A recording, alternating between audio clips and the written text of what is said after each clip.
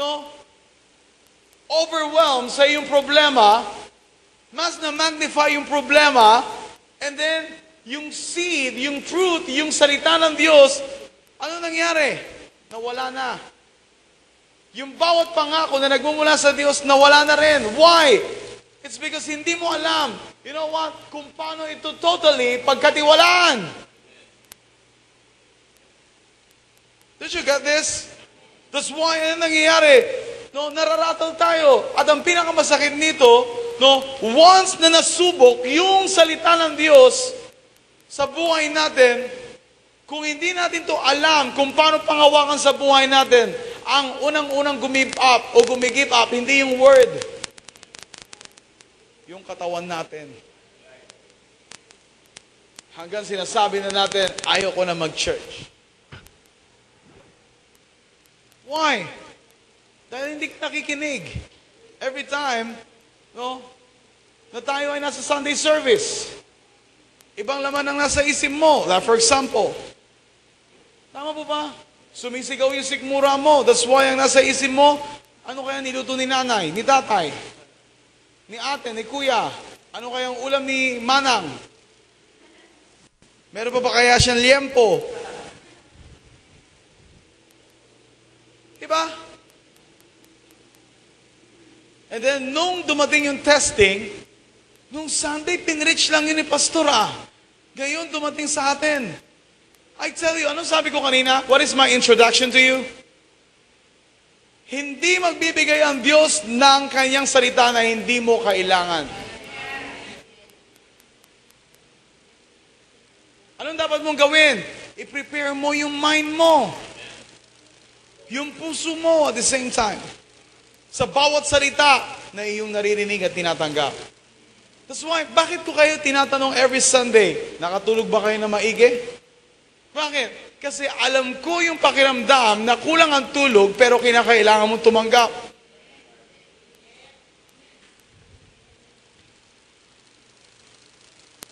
Amen? Totoo, ako rin mismo, minsan bumibigay ako.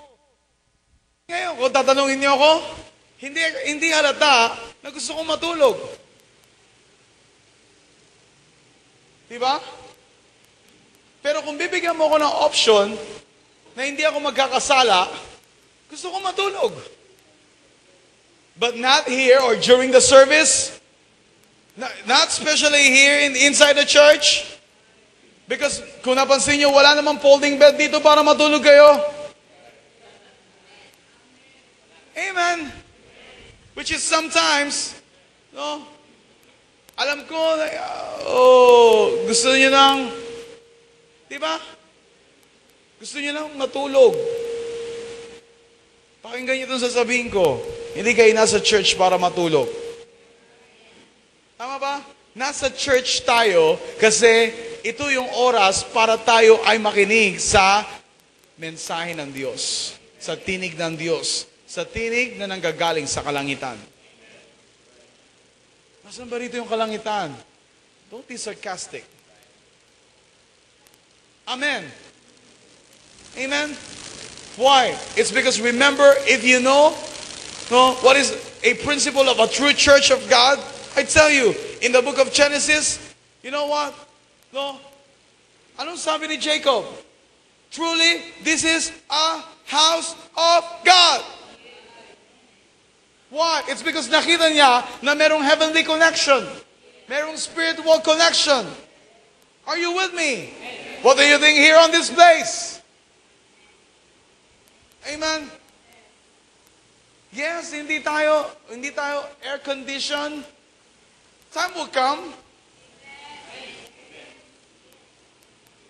But you know what? Kung tatanungin niyo ako, kung dumating man na kinakailangan ng air condition yung ating sanctuary, you know what? Mag-i-spend talaga tayo ng maraming pera para palamigin ng gusto yung aircon, yung room, para hindi kayo makatulog. True. Why? It's because once na malamig yung lugar, hindi ka makakatulog. Yung alam mo, yung lamig na umuutot na sa katawan mo, I tell you, that is my desire. Amen? Maglalagay ka na lang ng air-conditioned room, obviously, yung malamig na. Diba?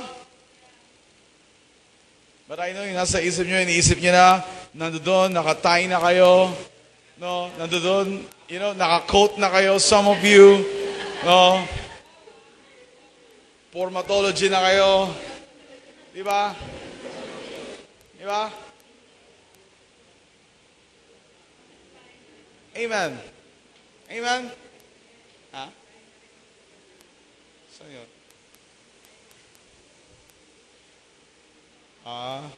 Okay.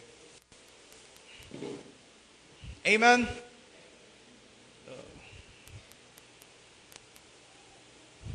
Hallelujah. Are you here? Are you still here? Yes. Hallelujah. So, that's why I look at here. No, in the book of Mark, in the book of Mark 16, Mark 16, verse 9. Are you there? Look at this. Let's read verse 9.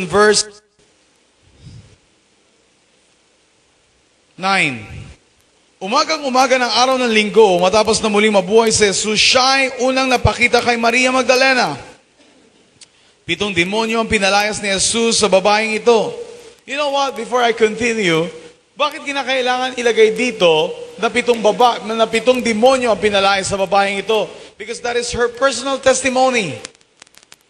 Did you get this? That is the testimony of Mary Magdalene. Na pinalayas siya ng Diyos. Are you with me?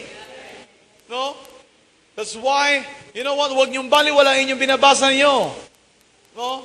Now, na born again tayo, ilang demonyo yung pinalaya sa atin ng Diyos? I mean to say, ilang demonyo yung inalis ng Diyos sa buhay natin? No? Kasi kapag sinabing pinalaya, ibig sabihin, no? Sino may problema sa inyo? Amen? Did you get this? Now, so look at, let's dwell here, verse 10. Pumunta siya sa mga alagad ni Jesus na nooy naapis at umiiyak at ibinalita ang kanyang nakita. Anong sabi? Ibinalita niya ang kanyang nakita. Amen? Ngunit hindi sila naniwala sa sinabi ni Maria na buhay si Jesus at napakita sa kanya. Tama po ba? Now, this is the problem. No? And I believe, ito rin yung maaaring maging problema sa darating pang panahon. Why? Ngayon, listen to me, hindi natin nakikita ang Panginoon Kristo, subalit ang bawat nakakapiling lamang natin ang kanyang salita. Ang tanong, gaano kalaki ang relasyon mo sa salita niya para paniwalaan mo ang bawat salita na iyong tinatanggap at naririnig. Amen. Why? Obviously, sa kanilang kapanahunan, that's 2,000 years ago, kapiling nila ang Panginoon Kristo. For 3.5 years, kasama nila ang Panginoon Kristo. But ngayon, ano ang pagkakaiba? Ang pagkakaiba, sila nakikita nila, nahawakan nila, naririnig nila ang tinig ng Diyos. Literally, tayo, hindi natin nakikita ang Diyos. Amen. Subalit ang tanging salita lamang ng Diyos, ang siyang naririnig natin at nangingibabaw sa ating kalagitnaan. Malaki ang pagkakaiba. Is that true?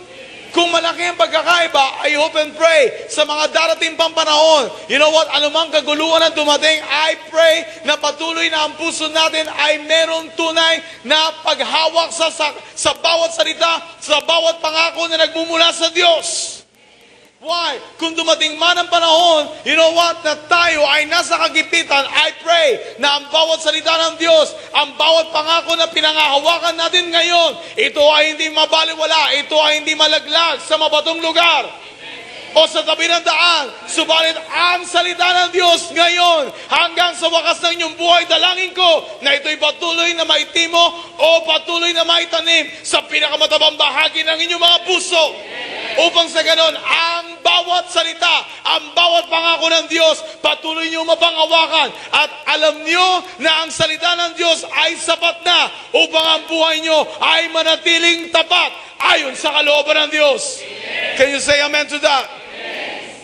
That's why look at what about our personal relationship to the Word.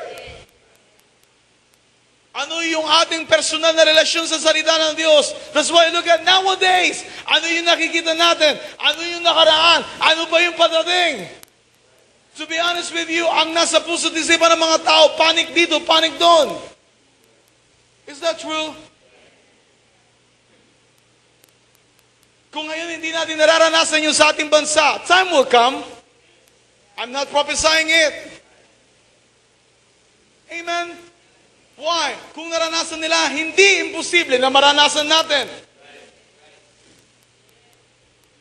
Pero dito magkakatalo, paano mo pinag-ugat ang bawat pangako ng Diyos sa iyong buhay?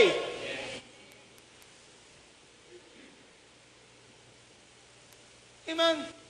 Malaki ang difference. That's why mag-isip-isip ka. Amen? Malaki ang difference. Napakalaki.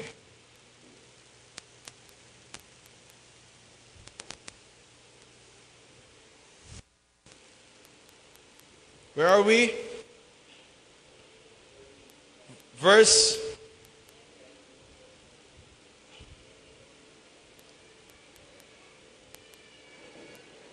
11. Ngunit hindi sila naniwala sa sinabi ni Maria na buhay si Jesus at napakita sa kanya. 12. Siya'y napakita rin sa dalawang alagad na naglalakad patungo sa bukid. Ngunit iba ang kanyang kaanyuan. Can you imagine this? Iba ang kanyang kaanyuan. That's why hindi siya na-recognize. Amen? Amen. No? 13.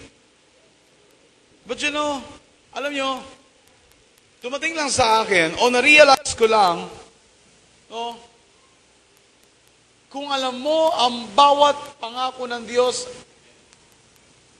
anumang anyo ito dumating sa buhay mo, yan ay iisa pa rin. Did you get this? Did you get this? Naunawaan niyo ba yung sinabi ko? No? Sa anumang anyo ito dumating sa buhay mo. Like for example, ngayon, nakikinig kayo. Now, tinagpo ka o kinatagpo ka ng salita ng Diyos sa mga oras na ito. Sa anong parte, anong bahagi? Tama ba? Ng service na ito. Ang importante, yung tinanggap mo ay salita pa rin ng Diyos. At yun ay hinayaan mo na tumimo sa puso mo. Hindi importante kung anong oras, kung kailan.